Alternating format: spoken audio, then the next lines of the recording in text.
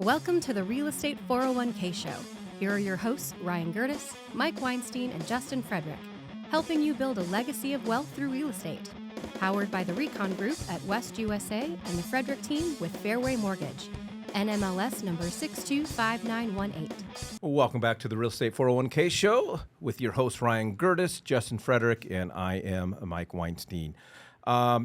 This is a interesting infograph that we have. Basically, it is a prediction. It's a schedule for 2024 of when the feds are going to meet, and then the likelihood at those individual meetings that the feds are going to lower interest rates. But I want to start with you, Justin, because this is brought to us by MBS Highway. Who are they? What are they? And what are some of their credentials? So this is from a gentleman named Barry Habib. He owns this company, and it's kind of a family-owned company. But Barry was a lender back in the early 80s, and he's just been in this business, and he really digs into the economics of what our business looks like and how everything goes. So he really digs into information, speaks a lot with Dave Stevens, who used to run the FHF, FHAF, which does a lot with conventional financing and the FHA. So this they have a website, and basically we take information from it, but we also tend to a lot of individuals that are on top of their game within lending watch his daily updates and kind of what's going on with the market. Yeah, I do. And I mean, I really enjoy it. I'll take information from it that I think is wonderful and use it, and kind of decide from there. But he's made a lot of bold predictions in the past 2 years. Some of them have been extremely accurate, and some of them have been off. But there's always so many variables when it comes to the feds and what kind of decisions they make, and these reports that come in can be a little skewed sometimes. So way to sell it. Yeah. Well, I'm talking about reports like job reports. And then there's always these like unforeseen variables that get thrown out there where you're like, well, there's no way we could have predicted COVID, or there's no way we could have predicted, the fact that people are lying on their application. Like there's just those things out there that you can't really. Well, I want to get into some of the numbers and give you my thoughts, and then I'm going to let you guys weigh in here. But you're going to want to, as a listener, you're going to want to text the word rate to 623-AZ-RECON. That's rate to 623-AZ-RECON. And this message is for those that are like, okay, market's going to crash, and I'm not getting into the game, and I don't believe you guys that rates are going to drop and home prices are going to go up. Home prices are still going up. Rates are going to drop. I personally think by the end of 2024, we're going to see rates in the low sixes, my personal prediction. Oh, yeah, I think that's easy. As I go through these numbers, and let's say MBS Highway is not 100% accurate, and let's say they're off by a few points. These stats are amazing. So I'm going to go through the dates. So January 31st, the likelihood that the feds are going to cut rates are 4%. March 20th, 35%. May 1st, 69%. June 12th, 89%. July, September, November are in the high 90s. And when we get to December 18th of 2024, there is a 100% prediction. Now, I would never say 100%. Like, if I'm a weatherman, there's two rules.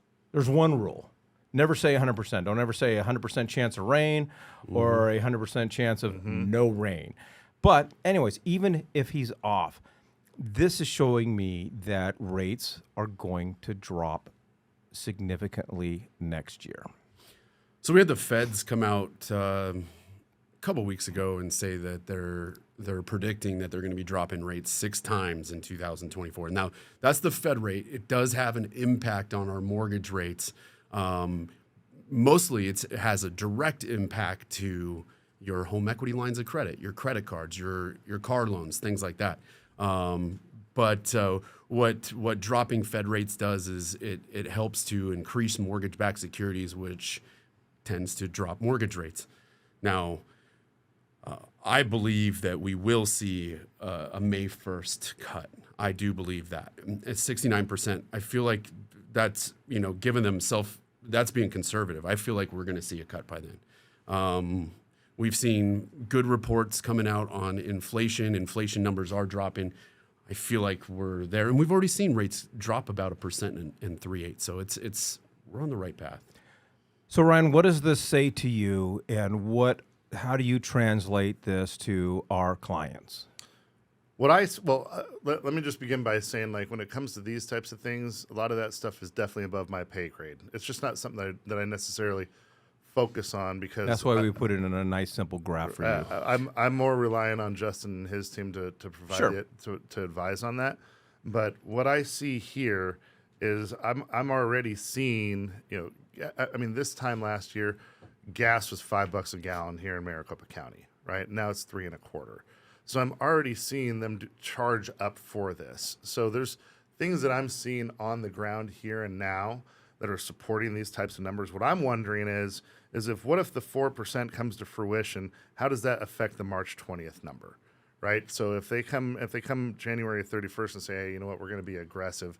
I know that we only, we talked about maybe a 4%, but we do something aggressive like a half or 3/4 of a point cut. Then how does that affect our March 20th number? Go ahead. I'll jump in. So that's a great question. So, I mean, it really depends on what the following reports do in order to determine if the next decrease is going to happen. Now, I don't see them moving very fast on this, because what Powell has definitely just implanted in our heads over the last 2 years is we're going to see the next reports, see how things go, and then we'll make our decisions from there. So even if we get to January 31st and the CPI, the PPE, the jobs report comes out higher than expected, we definitely won't see a rate cut. And if they kept coming out higher, we might see an increase. It could absolutely happen just because of variables. And the variables are, okay, let's say that the economy just starts spending money again, and then inflation picks up. Well, they gotta slow it down, so they're going to increase rates. But as things keep decreasing, they got to pick the economy up, and they're gonna decrease the rates. And I feel like on my side of things with lending, I'm seeing a lot of this. I'm seeing it all the way down to the landscapers that are at some of these commercial properties that they can't afford to have them out every week anymore, because they don't have occupancy, or apartment communities. They don't have the funds to support landscaping. So it normally takes quite a bit of while to get down to those kind of levels, and so I feel like the 6 is going to be accurate. So and I also, like, I want to implore, and I know that I'm not on a level where we're not on a platform where we're speaking to the entire U.S. But if you can just remain smart when you start seeing these cuts, don't start spending money frivolously, using it to your advantage, taking advantage of the investment opportunities that are going to be out there, because you're going to see so many people who forgot what happened just 18 short months ago, because they were out there just spending money frivolously and getting these checks from the government and all these other things that they were just blowing cash on. Like, that's why we saw inflation do what it did, and that's why we're seeing interest rates doing what they're doing. And so this is an attempt to rebound that. And then, of course, you've heard us talking in a number of our podcasts in the previous weeks about the fact that we have an election year coming up, right? And so I see a lot of validity to this because of that as well. So, but the reality is if you get crazy because you see good numbers going down this next year, then there's going to be an uptick the following years past that if you're not spending your money wisely.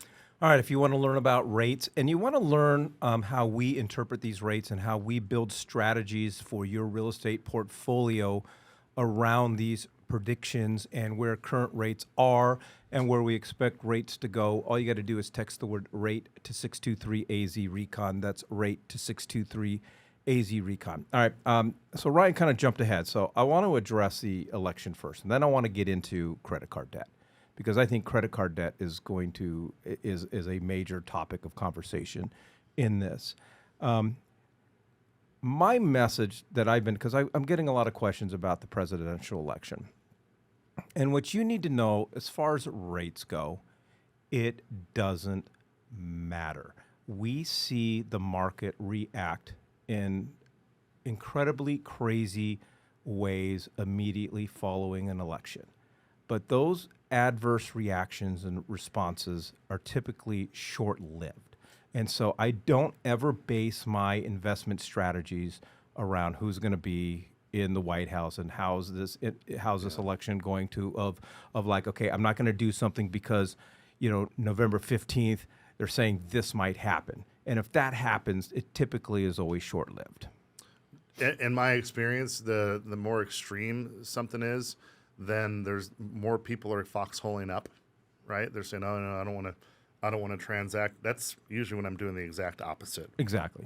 When people are going nuts and they're like what was going on in 2019, 2020. Yeah, I was still transacting, but I was extremely I was frugal, and I was very selective on what I did because I needed to make sure that I was protecting myself, because what goes up must come down. It was ludicrous to think that we were ever going to remain in a market where 2% interest rates were kind of the expectation. It was so cool, though. It was fun. it was so cool. cool. I guess my point, what I was trying to say there, Ryan, is that we will talk to people who say, I don't want to transact. I want to wait till after the election to see what kind of reaction the market has to the election. It's too late by then. Well, that is too late. But any case, it always corrects itself. That whatever that reaction is typically corrects itself in a very short period of time. So waiting for the election to make a decision may not be the best move. It doesn't to me, a deal's a deal. Yeah. Right. And current products are current products. The election is not in my decision-making process when I'm evaluating a real estate decision. It would be like saying, "Hey, look, I know I can buy Amazon shares at $2 a share right now, but I want to wait until it gets up to $100 a share before I buy." Like that's the same concept, right? Like when everyone else is foxholing up, you want to buy low and sell high. We've been in a buying pattern for a long time, and that's because we've seen those interest rates do so well, even in historic highs, right? And so it still made it cheaper for us to own than it was to rent. That is going to correct itself. And I've said it in the past, I'm going to say it again. Who do you think is going to be more stubborn? Do you think that tenants are going to be more stubborn, or do you think that investors are going to be more stubborn? It's the people with the money. Right. And so if you're wanting to follow the renters, then you're going to have a whole lot of obstacles that you're going to have to overcome, because there's not a whole lot of money there. They're not driving the market, right? Yeah, they're increasing credit card debt. They're taking out a lot more loans on vehicles, etc. But the people that are investors that are running the controlling the market. Yeah, the locomotive of the market. They're the ones that you need to be listening to and saying, "Hey, look, I want to jump in that car rather than in the caboose." All right, I want to talk about credit card debt. I don't think, and not only am I not an economist, I don't even consider myself a smart man.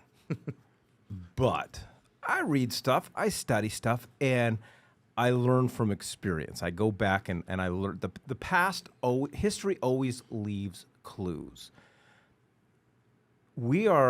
I personally think, Justin, we are on the verge of a credit card crisis. The amount of credit people are racking up, and the credit card interest rates are through the roof. And I read an article that they're thinking that credit card rates may even continue to go up. there's a lot of people right now that are living off credit cards. And this Christmas, they're going to be living off credit cards. And not everybody. If we do, and I don't know how you define a credit card crisis, but however you define it, I think that we're possibly heading there. If we get there and we do find ourselves in some sort of recession, I don't see how rates would go up. I think these stats right here that we're talking about, these odds of the Fed's lowering rates, I think part of it has to do with credit card debt. And if we do find ourselves in that situation, I'm telling you, I think it's gonna be, right now is an amazing time for investors. Absolutely. So, yeah, when we truly hit recessions, rates are supposed to come down because they try to speed up the economy by putting more money back into consumers' pockets, so they'll go out and spend money. And I know that kind of goes against the credit card debt avenue, but what they're supposed to be doing with that extra money is paying down those credit cards. So we can't teach everybody that, but yes, I'll tell you this. I'm not seeing as much volume of credit card debt that I saw in 2008, 2009. Not even close. I mean, okay. But because you're working with our podcast listeners who's been listening to these shows, and they follow our Jedi ways. Yeah. But you've definitely seen the consumers' balances increase, and because life has gotten more expensive, so they resort to the credit cards for emergencies to get what they need to provide for their families, and then you start seeing people that use a credit card to pay a credit card and also get groceries, and you see that cycle just continue. And I can see. I mean, I talked to a woman this morning. She's burying herself in these debts where she just has to bite the bullet, and she has to refinance and take out cash and wipe out everything. Yeah, she had a 3.5% interest rate, but we're going to be able to save her $2,000 when consolidating all this. So yeah, I'm sorry that you have to take this higher rate than what you had then, but the amount of money that you're paying towards these 30% credit cards, and some of them are even higher because she's missed payments on those credit cards. So paying interest on interest. Right. Every week I pay off my credit cards, and I wish there was a memo where I could say, "Nice try, guys." I pay off my credit card whenever I get gas. Yes. That's my get gas and pay it right off. Yep, I'd stand there wait while the gas is pumping, and I pay off my credit card. All right, so we talk about this all the time, Ryan, and I'll let you bring us home. When I am taking a look at this infograph, and there's nothing that's 100% accurate, but if we're close to this schedule where feds are expected to cut rates, the second half of 2024, I think we're going to start to see rates drop at a considerable rate, which for me gives us Q1 and Q2 to really jump on the opportunities right now. So it's just like when you're buying a home. So what I see refinances coming back in a big way by the end of next year. I think that the people that are really using their brain and their wits about this are taking advantage of the pricing right now, even though they're having a little bit higher rate, and they're just going to bite the bullet for the next 12 months, 16 months, something like that, before they refinance. What you need to know is that you still need to be in borrow mode. So not doing anything crazy with your bank accounts, not doing anything crazy with your credit, not doing anything crazy with your employment is going to be paramount. So if you're wanting to make a big life change, like you're wanting to go buy a boat, or you're wanting to take on a new job, or something like that, get it done now. Before we start realizing those much lower rates, and that's what's going to set you up for success. Because we are seeing some people saying, well, I have a good rate, I don't plan on selling anytime soon. And then they're starting to make those mistakes, and then they're like, well, but it would be nice to expand my portfolio, but I messed with my taxes too much, so I'm going to take a big hit, or I'm going to have to come up with a huge chunk of cash, or whatever it may be. Just being responsible and preparing for the fact that you are going to get a thorough examination of your entire financial situation here in the near future if you plan on taking advantage of what's going to be happening here in the near future. And I would say also, Justin, Ryan and I, we obviously work with a lot of buyers, sellers, and people, investors, and we work with a lot of people who are looking to they're ready to add one more property in 2024 to their real estate portfolio. I am telling them you want to do it before rates start to seriously drop, because you're going to, again, we preach it all the time, you're going to get a better deal on the home, you're going to get better concessions, we're going to set you up for a 3-2-1 buy down, get into the home, and because when interest rates drop, and if we see it in the low sixes by the end of 2024, the market's going to go nuts again, and they've got a good deal on a home, and then they can always refinance. So I definitely think that we have a really good possibility for high fives by the end of 2024, especially since we've already hit the sixes at this point, which is nice that we're back in the sixes. Now, I would absolutely tell you to buy a house right now before things get wild. And here's what I have to say. If you're buying an investment property at the rates that we have today, yes, you're probably not going to like the rate, or it's not going to be what you were hoping for. But and let's say that the home is barely making back what you have to pay for your monthly payment. Well, this right here is going to show you that you're going to be able to end up refinancing it, and then you're going to be making gains by the end of all that. Now, if you wait, there's a good chance that we're going to have a lot more people back in this market trying to go after those same types of houses that you're going after, which means demand is higher, supply is low, and you're going to be competing for that home with other people, which means that most likely that price is going to go up a significant amount. All right, for those of you who are on Spotify and Apple and can't see Justin hold up this flimsy little piece of paper, we would love to get this to you, but if you're watching the video and you want to get a hold of this infograph that's showing the prediction and the odds and when the Feds are going to lower rates, we'd love to send it to you. We'd also love to have a strategy conversation with you to discuss rates and how to strategize for your next purchase. All you got to do is text the word rate to 623-AZ-RECON. That's rate to 623-AZ-RECON. Thank you for joining us on the Real Estate 401k Show. If you want more information on how to build wealth, click on the link or text us at 623-297-3266. That's 623-AZ-RECON.